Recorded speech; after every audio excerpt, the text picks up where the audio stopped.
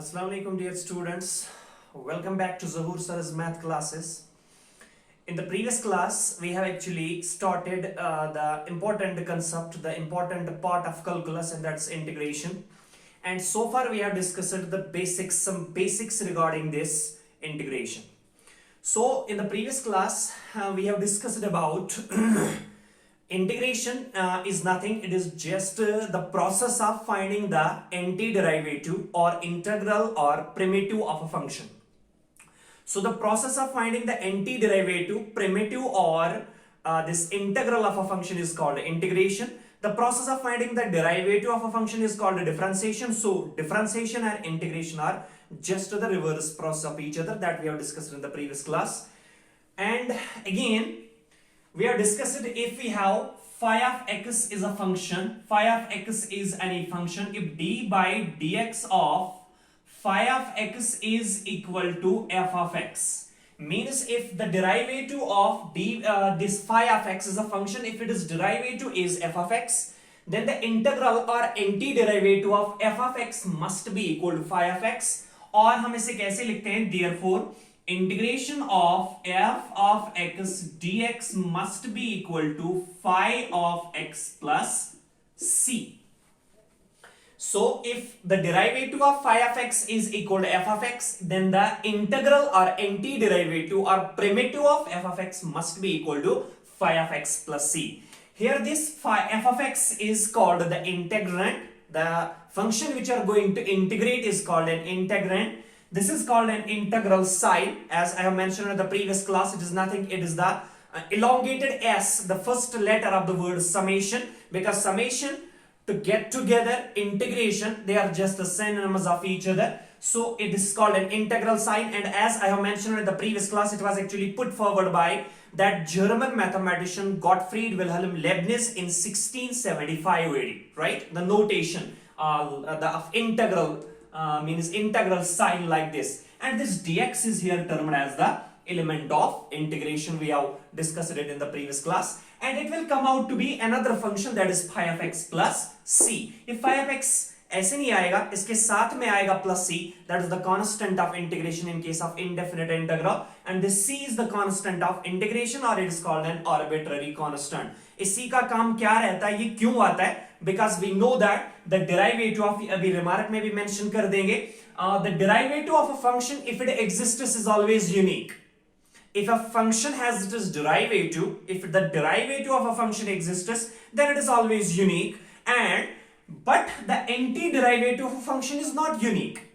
A function can have more than one antiderivatives, each differ by a constant only. Means अगर आप देख लोगे कि sin x का derivative जो है, जैसे sin x का derivative हमने पढ़ा था, suppose cos x है, तो cos x का antiderivative sin x आएगा. cos x का antiderivative sin x plus 2 भी आ सकता है. cos x का antiderivative sin x plus 3 भी आ सकता है. cos x का antiderivative sin x plus square root 7 भी आ सकता है. So root function तो same रहेगा sin x, लेकिन इसका जो कांस्टेंट है वो चेंज हो सकता है. So a function can have more than one antiderivatives, not changing in its root function, changes in the constant only or differ by a constant only, and that is why we are putting there those all constants, plus 1, plus 2, minus 3, plus square root 7, they are arbitrary, they are denoted by this c, which is an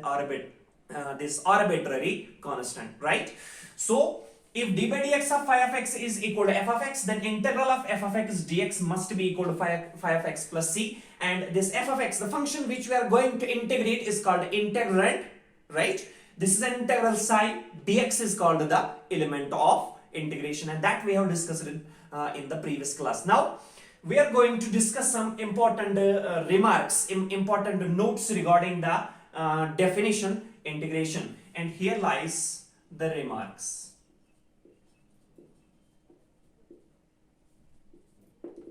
Remark first lies here, and that is, if f of x is a function,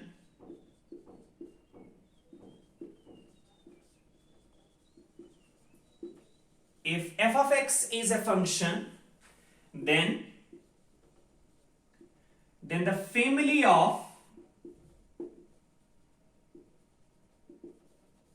then the family of all its then the family of all its primitives then the family of all its primitives or antiderivatives. If f of x is a function, then the family of all its primitives or antiderivatives, because antiderivative कहो, primitive कहो या integral कहो, एक ही बात है. Then the family, हमने बात की है family की, क्यों? Because if a function, the antiderivative of a function is not unique. A function can have more than one antiderivatives. If it has more than one antiderivatives, then we have mentioned the word family. Then the family of all its primitives or antiderivatives is called the, इससे हम क्या कहेंगे, is called the indefinite integral. Is called the indefinite integral of f of x. Is called the indefinite integral of f of x, and it is denoted by इसे हम denote कैसे करेंगे, integration of f of x dx, where f of x is the integrand, this is an integral sign, and dx is called the element of integration. तो क्या लिखा यहां पे हमने, if f of x is a function, अगर f of x कोई function है, then the family of all its primitives, तो इसके जितने सारे प्रिमिटिव एग्जिस्ट हो सकते हैं या एंटी डेरिवेटिव्स एग्जिस्ट हो सकते हैं, उन्हीं सारे प्रिमिटिव्स या एंटी डेरिवेटिव्स को हम सिंपल वर्ड्स में क्या कहते हैं, इंटीग्रल. लेकिन कौन सा integral, indefinite integral, indefinite integral of F of x, उनको हम कहेंगे कि इंडेफिनिट इंटीग्रल है. अब इंडेफिनिट क्यों, indefinite means because a function can have more than one antiderivatives. If they have more than one antiderivatives, they can have indefinite number of antiderivatives, right? And that's why we have used the word indefinite integral, and that's why the indefinite integral comes into existence, right? So इन्हें हम क्या कहेंगे, indefinite integral. लेकिन जब हम फिर इस plus सी को एलिमिनेट करेंगे by using the integral fundamental theorem of integral calculus, तो जब वो थ्योरम यूज करते हैं तो वहां पे एक फिक्स्ड सा कोई कांस्टेंट वैल्यू आता है, कोई रियल नंबर वैल्यू आता है, वो फिर इंडेफिनिट नहीं, उस समय डेफिनिट इंटीग्रल कहलाता है. Clear? So is called an indefinite integral of F of X, इसको हम indefinite integral of F of X कहेंगे, and is denoted by this, और इस साइन से हम इसे डिनोट कर सकते हैं. Lies the remark second, again they are important points. Remarks notes जहां पे भी लिखेंगे ये इंपॉर्टेंट पॉइंट्स ही होते हैं. सो अगर एफ ऑफ एक्स कोई फंक्शन है तो family of all it's primitives जो है, इन्हें हम इंडेफिनिट इंटीग्रल कहेंगे, और उसको हम डिनोट करेंगे by integration of F of x dx. अब दूसरा रिमार्क, यहां पे दूसरा रिमार्क यही लिख लेंगे कि if the derivative of a function if it exists is always unique. A function cannot have more than one derivatives, right? The derivative of a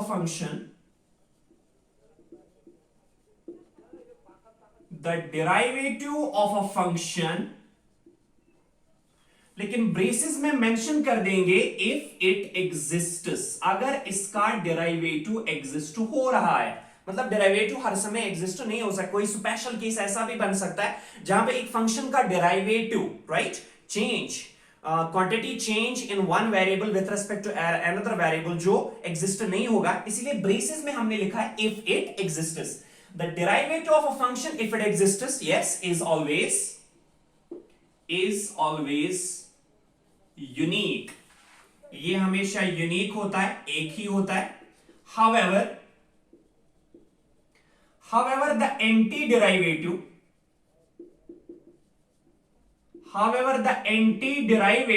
of a function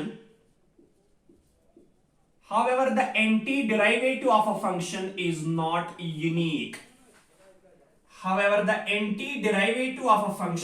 not unique. लेकिन derivative अगर एक function का exist होता है तो वो हमेशा unique होगा, लेकिन एंटी डेरिवेटिव अगर एक फंक्शन का है तो वो यूनिक नहीं होगा. A function can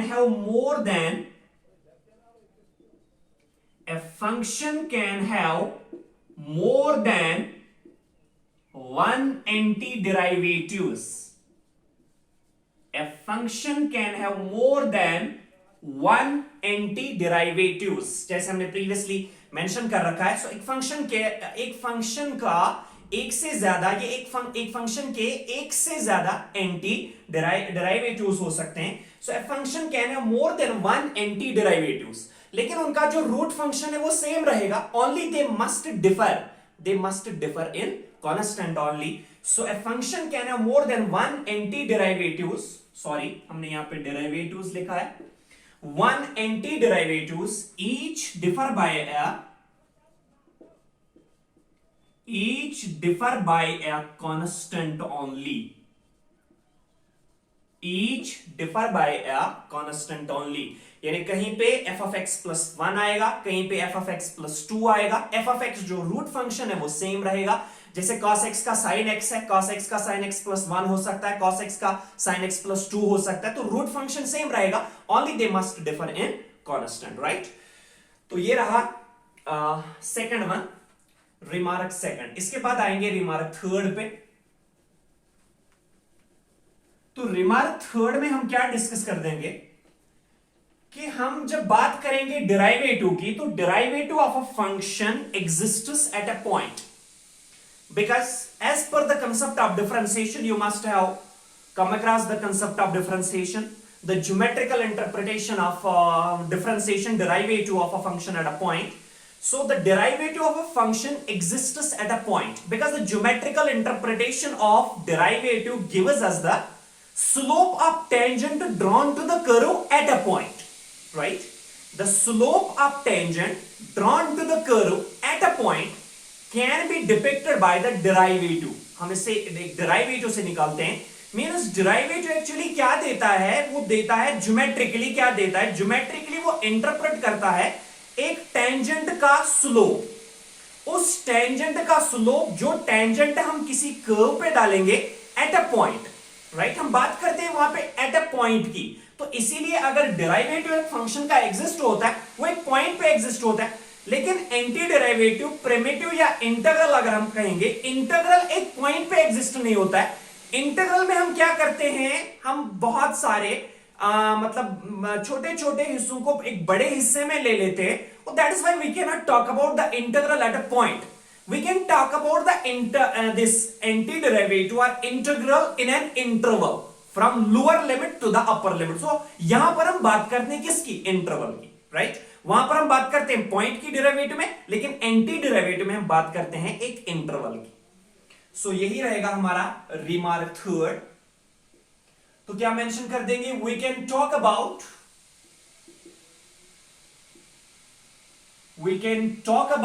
the derivative of a function, we can talk about the derivative of a function at a point. We can talk about the derivative of a function at a point. एक derivative अगर function का exist होता है तो point पे होगा, but we can talk about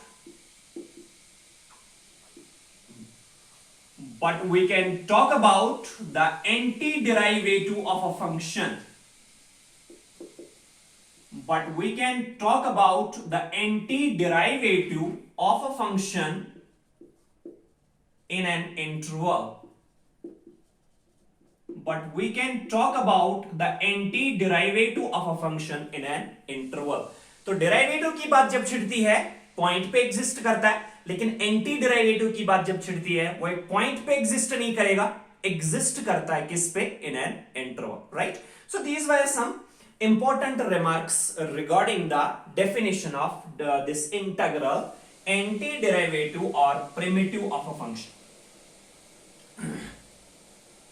next we have some elementary standard integrals that can be derived by the definition of or from the definition of differentiation. So next we are going to talk about some important elementary or some elementary standard integrals. तो इन elementary standard integrals को हम ले लेंगे कहां से, from the definition of differentiation, and these are the basics of this integration. and that's why integration and differentiation are so much closely related to each other. अगर आपको differentiation आती है तो integration बिल्कुल मतलब conveniently आएगी. So they are, because they are so closely related to each other. So we are taking some elementary standard integrals. Here lies the topic, and that is some elementary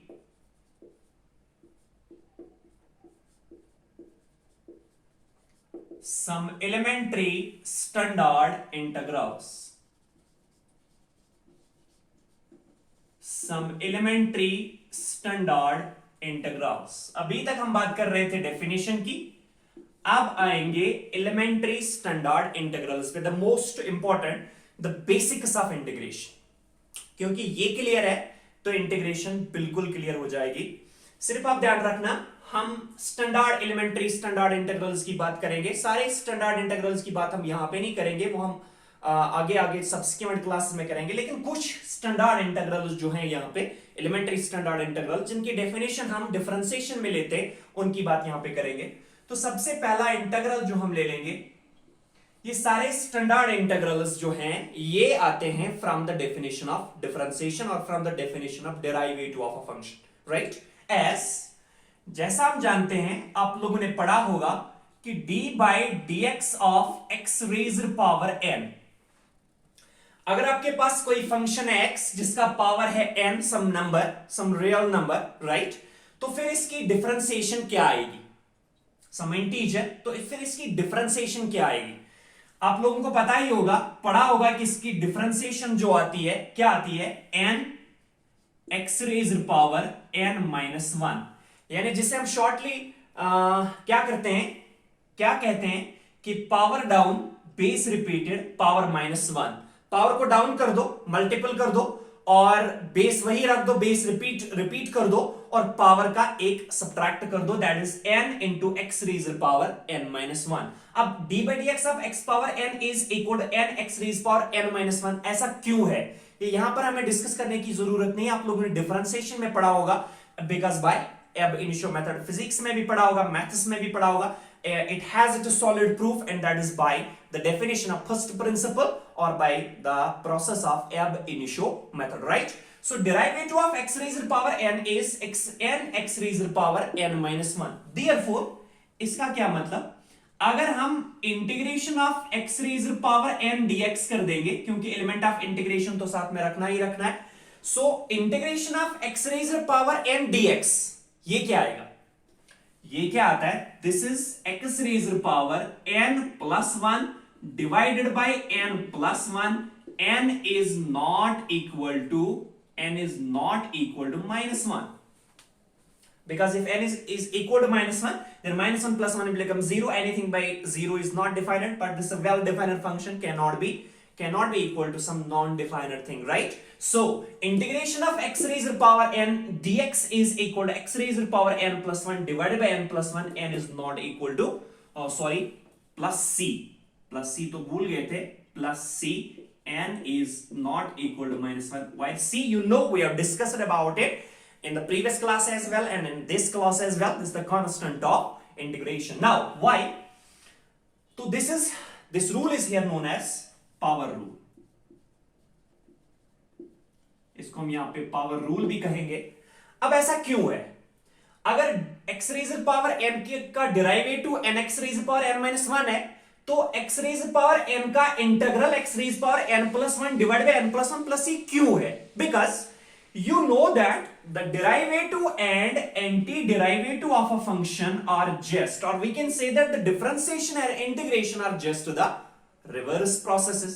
तो इसका मतलब, अगर x raised power n dx का derivative जो है, अगर x raised power n का derivative जो है वो nx raised power n minus 1 आ रहा है, यानी अगर x raised power n dx का इंटीग्रल इसके बराबर आ रहा है, तो इसका मतलब इसका डेरिवेटिव इसके बराबर आना चाहिए, because integration and differentiation are the reverse process of each other. Because हम यहां पे देख लेंगे, बिकॉज हम इस फंक्शन को डिफरेंशिएट कर देंगे, इसका डेरिवेटिव निकालेंगे, because D by d x of x raised power n plus 1 divided by n plus 1 is equal to, right? We are going to prove why integration of x raised power n dx is equal to this, because we have integrated it here and the integration is x raised power n plus 1 divided by n plus 1. तो इसका मतलब इसका derivative x raised power n के बराबर आना चाहिए, क्योंकि अगर x raised power n का इंटीग्रल इसके बराबर है तो इसका डेरिवेटिव इसके बराबर आना चाहिए. So d by dx of x raised power n plus 1 divided by n plus 1, and that will come out to be, since 1 divided by, we are differentiating the function with respect to x, and n plus 1 is a constant, and constant will come out of the derivative, because by this some concepts regarding the differentiation, some notes, some theorems regarding the differentiation जो आपने differentiation में पढ़ा होगा. So 1 divided by n plus 1 will come out of the derivative. तो यहां पे differentiation किसका होगा? d by dx of x raised power n plus 1, right? d by dx of x raised power n plus 1, and it will come out to be 1 divided by n plus 1 into d by dx of x raised power n plus 1. तो फिर से ये rule apply कर दो, power down base repeated power minus 1, तो power को down कर दो means n plus 1 into base को रिपीट कर दो that is x into power minus 1 that is n plus 1 minus 1, right? Because by the concept of differentiation n plus 1 divided by n plus 1 multiple में cancel होगा, so that will come out to be x raised power n minus 1 plus 1 plus 1 minus 1 will come cancel out, result is x raised power n, that is this x raised power n. Clear? So if the integral of x power n is x raised power n plus 1 divided by n plus 1 plus c, then the derivative of x raised power n plus 1 divided by n plus 1 must be equal to x raised power n, because differentiation and integration are the reverse process of each other, right? तो इसका मतलब इसमें से हम क्या निकाल सकते हैं? इसमें निकाल सकते हैं अगर x पावर n का integral x raise power n plus 1 divide by n plus 1 के बराबर है, तो फिर मुझे बता दो x स्क्वायर का इंटीग्रेशन dx किसके बराबर आएगा? Definitely it must be equal to x raise power base power power plus 1 whole divided by power plus 1, that is x raised power 2 plus 1 divided by 2 plus 1 plus c, the constant of integration. So it will come out to be x cube divided by 3 plus c. Clear? X cube divided by 3 plus c. Similarly, अगर आप x cube की integration कर दोगे, x cube dx का integration, so x power 3 plus 1 divided by 3 plus 1, it will come out to be x raised power 3 plus 1 divided by 3 plus 1 plus c, and that is equal to x raised power 4 divided by 4 plus c. Similarly, x power 4 must has its integral as x raised power 5 divided by 5 plus c. Similarly, x raised power 10 must has its integral equal to x raised power 11 divided by 11 plus c, right? In a similar fashion, you can calculate the integral of every such function which is in this form, right? अगर हम बात करेंगे अब बात करेंगे integration of x dx, तो किसके बराबर आएगा? अगर हम x की बात करेंगे, x dx का इंटीग्रल निकालेंगे तो क्या आएगा? x रेज्ड पावर, x का पावर क्या है यहाँ पे 1 और प्लस 1 कर देना, divided by 1 plus 1 plus c, तो क्या आएगा? x square divided by 2 plus c. Done. Since चूंकि d by dx of x is equal, अगर x की डिफरेंशिएशन हम करेंगे वो क्या आएगा? 1. क्लियर? अगर हम x का डेरिवेटिव करेंगे तो वो 1 के बराबर आएगा. इसका मतलब अगर हम 1 का इंटीग्रेशन करेंगे विथ रिस्पेक्ट टू x तो क्या आएगा? x. So therefore integration of 1 dx must be equal to x plus c. अब ऐसा क्यों आता है? Because 1 can be written as x raised to power 0. Integration of 1 dx can be written as x raised to power 0 into dx, because any number except 0 raised to power 0 is always equal to 1. So it is any number raised to power 0 except 0 and that's equal to 1. dx is equal. Power rule apply कर दो, क्या आएगा? power plus 1 divided by power plus 1. So x raised to power 0 plus 1 divided by 0 plus 1 plus c. So it will come out to be x divided by 1 plus c, and that is directly equal to x plus c. That is why अगर x की differentiation 1 है with respect to x, तो 1 की integration with respect to x है x plus c. And in the similar fashion you will calculate the integral antiderivative of every such function which is in this form, right? Now we are going to discuss the second elementary standard integral, and that is as d by dx of ax plus b raised to power n is equal to, अगर आप derivative निकालोगे किसका ax plus b raised to power n, तो क्या आएगा? फिर से आपने डिफरेंशिएशन कर देनी है, तो फिर से पावर नीचे आएगा because power is some number. So n down base repeated n minus 1, मतलब n into ax plus b raised to power n minus 1 आ गया ये. और साथ में क्या आएगा, हमने डिफरेंशिएशन अभी जो कर दी है वो पावर पे कर दी है. जो मेन फंक्शन है ax प्लस बी, इस पे हमने अभी डिफरेंशिएशन नहीं कर दी है, तो ax प्लस बी की अलग से डिफरेंशिएशन होगी. अब बात करते हैं ax प्लस बी की, ये दो फंक्शंस की कॉम्बिनेशन है, राइट? कंटेन्स टू टर्म्स, एक है ax और दूसरा है b. तो जब बीच में एडिशन होगा, सब्ट्रैक्शन होगा, तो डेरिवेटिव सेपरेट हो जाता है. ax का अलग से डेरिवेटिव, b का अलग से डेरिवेटिव. तो क्या आएगा, a चूंकि कांस्टेंट है बाहर आएगा, x का डेरिवेटिव क्या आएगा 1 प्लस b कांस्टेंट है, और कांस्टेंट फंक्शन का डेरिवेटिव हमेशा 0 आता है. So it is a plus 0. You must have proved this concept by ab initio method, right? So अगर ax का ले लेंगे, a कांस्टेंट है बाहर आएगा, x की डिफरेंशिएशन 1 आएगी, और प्लस b जो है कांस्टेंट फंक्शन है, अलग है. जब अलग कोई कांस्टेंट फंक्शन होती है, कांस्टेंट फंक्शन जो है इंक्रीज नहीं होती है, उसमें आप रेट ऑफ चेंज या क्वांटिटी चेंज नहीं निकाल पाते हो, और that is why the quantity change, the rate of change in the constant function is always 0, and a into 1 is 1 plus 0, तो a plus 0 ये यहां पे मल्टीपल आएगा a, मतलब फिर यहां पे ले लो तो क्या आएगा n a into ax plus b raised to power n minus 1. Clear? This is the derivative of ax plus b raised to power n. Therefore, अगर आप इसका इंटीग्रल निकालोगे, integration of ax plus b raised to power n element of integration dx is equal, ये क्या आएगा, यहां पे power down हो जाता है, मल्टीपल हो जाता है, और पावर का एक सब्ट्रैक्ट हो जाता है. यहां पे चूंकि रिवर्स प्रोसेस है, तो यहां पे पावर का ऐड हो जाता है एक 1, और पावर मल्टीपल में नहीं बल्कि डिवाइड में आ जाता है. तो क्या आएगा, ax plus b raised power n plus 1 divided by n plus 1. एक चीज ये, तो आपने इंटीग्रेशन फिर से यहां पे कर दिया, जो root function ax plus b है, इसकी अभी इसका एक और टर्म यहां पे आएगा. वो क्या आएगा, यहां पे आप लोगों ने देखा कि पावर मल्टीपल हो गया, सॉरी ये a जो कांस्टेंट था ये मल्टीपल यहां पे हो गया डेरिवेटिव में. अब इंटीग्रेशन इसका रिवर्स प्रोसेस, तो ये a डिवाइड मल्टीपल नहीं बल्कि डिवाइड हो जाएगा. सो इनटू आएगा 1 divided by, so the n plus c. So the integration of ax plus b whole raised power n dx must be equal ax plus b whole raised power n plus 1 divided by n plus 1 into 1 by a plus c. अब ये बात जो है important concept है. एक तो इसका general meaning जो है, जनरल कंसेप्ट जो है, because differentiation and integration are just a reverse process. और दूसरी बात हम इसे प्रूव भी कर सकते हैं, और हम इसे आगे प्रूव करने वाले हैं जब हम सब्स्टिट्यूशन मेथड पढ़ेंगे. वहां पे मैं ये प्रूव कर रहा हूं कि why this 1 divided by a यहां पे क्यों आ रहा है, right?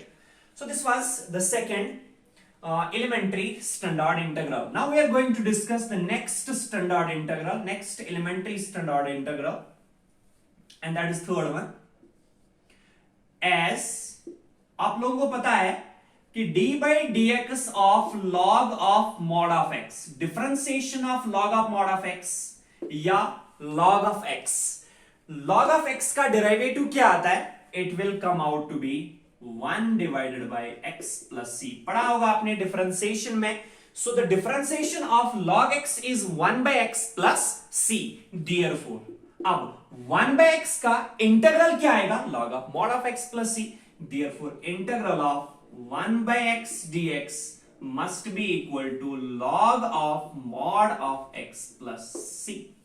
Because again, the standard integral, because again, by the concept of differentiation, so differentiation, as I have mentioned, I am frequently mentioning this thing because differentiation and integration are just to the reverse process of each other. Lies the fourth one as, जैसा हम जानते हैं कि d by dx of a power x का differentiation क्या होता है? Directly equal to a power x into log a. Prove कर रखा होगा अपने अब इनिशियो मेथड से, क्लास 11th में भी, क्लास 12th के डिफरेंशिएशन में भी, right? As d by dx of a power x is equal to a power x into log a. Therefore, integral of a power x dx must be equal. तो a power x का integral क्या आएगा? फिर से आएगा यही a power x, लेकिन derivative में log ऑफ a मल्टीपल हो रहा है, इंटीग्रल में log ऑफ a डिवाइड होगा plus c. So the integral of a power x dx must be equal to a power x divided by log a plus c. Similarly, the fifth one, that is integration of, as d by dx of, अगर आप बात करोगे d by dx of e power x. a power x जैसा आप जानते होंगे, functions में पढ़ा है कि a power x is a general exponential function and e power x is called a natural exponential function. So as d by dx of e power x is equal to e power x plus, is equal to e power x. Differentiation of e power x is again e power 2, this e power x. Therefore, integration of e power x dx is again equal to e power x plus c. क्योंकि e power x का derivative e power x ही आ रहा है, इसका मतलब e power x का anti derivative भी e पावर x ही आएगा. So anti derivative e power 2 है, e power x dx must be equal to e power x plus c. तो अगर आपके पास d by dx of e power 2x है, क्या आएगा? Again e power 2x, so e power 2x, लेकिन 2x का अलग से डिफरेंशिएशन होगा और 2x x का 1 आएगा, 2 1 into 2 होगा यहां पे, राइट? Therefore, फिर मुझे बता दो integral of e power 2x dx क्या आएगा? अगेन e पावर 2x, यहां पे 2 मल्टीपल हो रहा है, यहां पे 2 डिवाइड होगा plus, because differentiation and integration are the reverse processes. और ये डिवाइड मल्टीपल, ये बात जो है मैं आपको समझाने जा रहा हूं जब हम मेथड पढ़ेंगे, इंटीग्रेशन बाय सब्स्टिट्यूशन मेथड. तो ये कुछ स्टैंडर्ड इंटीग्रल्स थे, 5 हमने आज डिस्कस किए हैं. नेक्स्ट क्लास में हम 5 स्टैंडर्ड इंटीग्रल्स के जो आगे स्टैंडर्ड इंटीग्रल रहेंगे वो डिस्कस करने वाले. लेकिन as I have mentioned, they are the basis of integration, लिहाजा इन चीजों को आप ध्यान रखोगे, they are very much important. The basis of integration lies on them, relies on them, so you have to note them. आपको ये समझने भी हैं, क्लियर भी करने हैं, याद भी रखने हैं, क्योंकि पूरी इंटीग्रेशन जो है कि बेसिस जो है का प्लंथ जो है इन ही स्टैंडर्ड इंटीग्रल्स पे डिपेंडेंट है. Clear? And so far we have discussed 5 of them. In next class we are going to discuss some more elementary standard integrals, but that we will discuss in the next class.